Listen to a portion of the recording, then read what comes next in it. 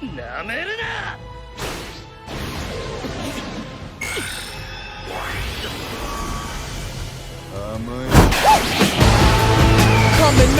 I'm coming up.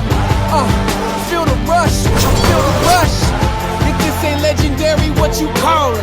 I said, if this ain't legendary, what you call it? What's up, y'all? It's your boy, Ace Operative, and today, people, we'll be reviewing Boruto Naruto Next Generation episode 120 with Sasuke as the goal. After countless side arcs, whatever you want to call them, we are here. It isn't the manga and portion in which we have been waiting for, but guys, we are here at an actual full arc. I don't know how many episodes it's going to be. Once again, I'm going to let you guys know I'm going into this card blind. You guys might know how many episodes like they have planned for this. I mean, if it's out, okay, it's out. But I don't want to get spoiled to jack. I just know that a lot of people are saying in the community that, yo, this is going to be very interesting. So I want to go in. I'm going to submit this first episode in the arc was very good. So it starts off with Boruto finding out that Sasuke is going to be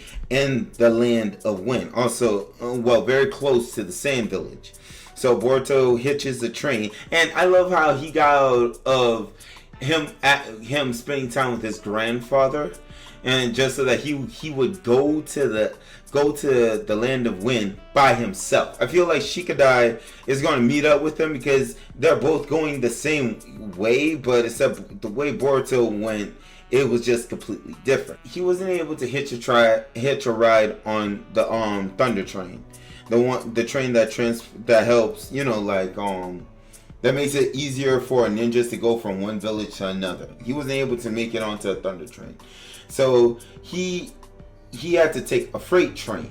And then from there he had to walk part of the way because he got off the train early, so he had to walk a good bit of the way. Now, this takes me back to how things have changed in Naruto. Because if you guys remember, let's think about this. Go back to Naruto Shippuden, the Gaara arc. I feel like that's the first arc in which we had gotten the Gaara retrieval arc, right? When Deithara and Sasori captured Gaara and was in the process of extracting the One Tail, Shukaku. Remember how they had to go through trees upon trees, take days for them to be able to get to the Sand Village, right? It only took Boruto, and he went off, on a side mission. It only took Boruto a day. Like, technology has changed so much that ninjas are able to get from point A to point B so freaking quick. A lot better than how they used to be, because it used to take like 4 days for the ninjas to get to another village. Now, in Boruto's case, he had gotten off on the station too early, so he had to walk through a desert, and by sheer stroke of blessing, bro, man collapsed on the train track. Of all places to collapse on, man collapsed on the train track. I gotta say, he collapsed in the sand itself, but on the train track, you just asking to be killed. The desert heat doesn't kill you, bro. A passerby train definitely would. But anyway, he was saved by Isago, and she took him in.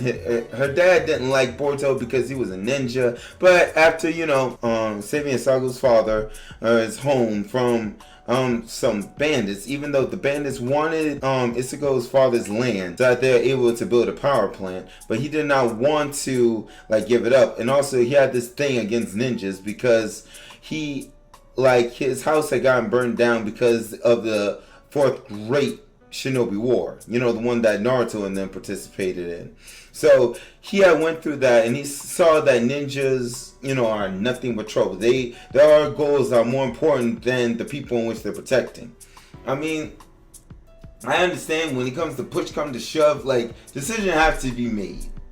So it's just I don't know how to feel on that one, because I feel like he would be able to rebuild from it. They had to do what they needed to do, and then the war ended. So it's just him holding that vendetta against ninjas. I felt like it was very meh. I mean, after Boruto came to the aid and saved them, his demeanor on ninjas severely changed, and he was able to help Boruto get to where he needs to get to. Now, this part. I did not expect that we were going to get this at near the end of the episode. Sasuke versus Urashiki. I did not think we were going to get this in this episode. And it's just that Boruto, I want to say this. This is where every critique is coming into play. Boruto, you have been on mission upon mission. You have fought Momoshiki, even though you had help from Naruto and Sasuke and all the others. It's just that, why Boruto? Why couldn't you help Sasuke out instead of like distracting Sasuke? That's the thing. And then Urashiki was able to get Sasuke's chakra as well. And Sasuke was doing his best just to protect Boruto. Bro. And then Gaara was there as well. It's just like, oh my gosh, Boruto. Come on, man. Come on, man.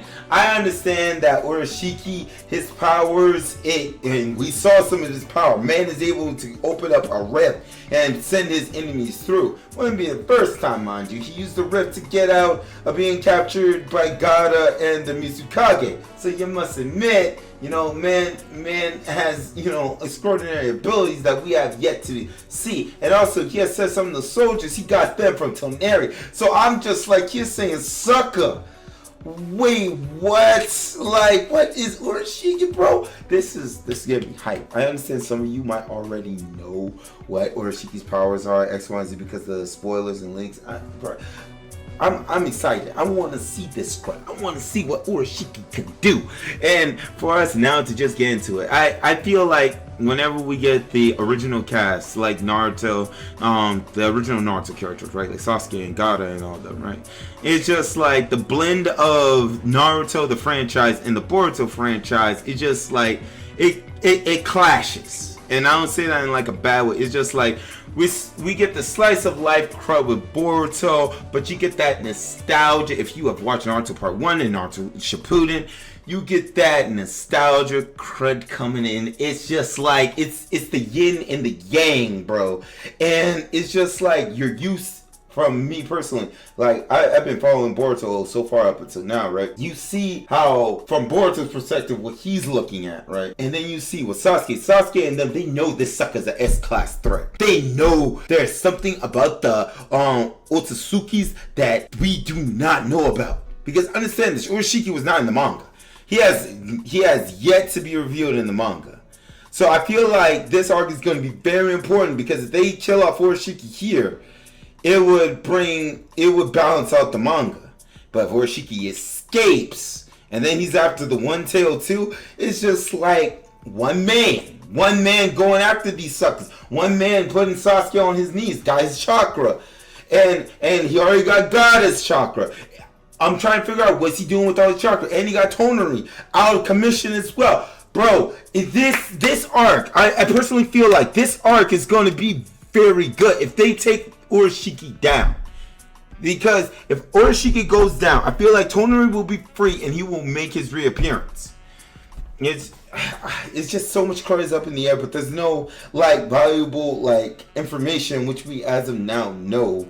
And even if there was information already out there, I just want to see this crud for myself. I want to see it, and because it's got me hyped now, because we have been going so far without actually having like, canonical type of episodes, right? We have had side episodes to where we build up character development amongst characters, but we have barely gotten into the real meat and potatoes of the Boruto franchise because of what we've seen and read in the manga. We want what was in the manga. The anime, I love that the side characters, they didn't shine, because I must admit, in Naruto Part 1, and you guys, you Naruto suckers, y'all should be able to know this as well. They didn't do jack for the side characters.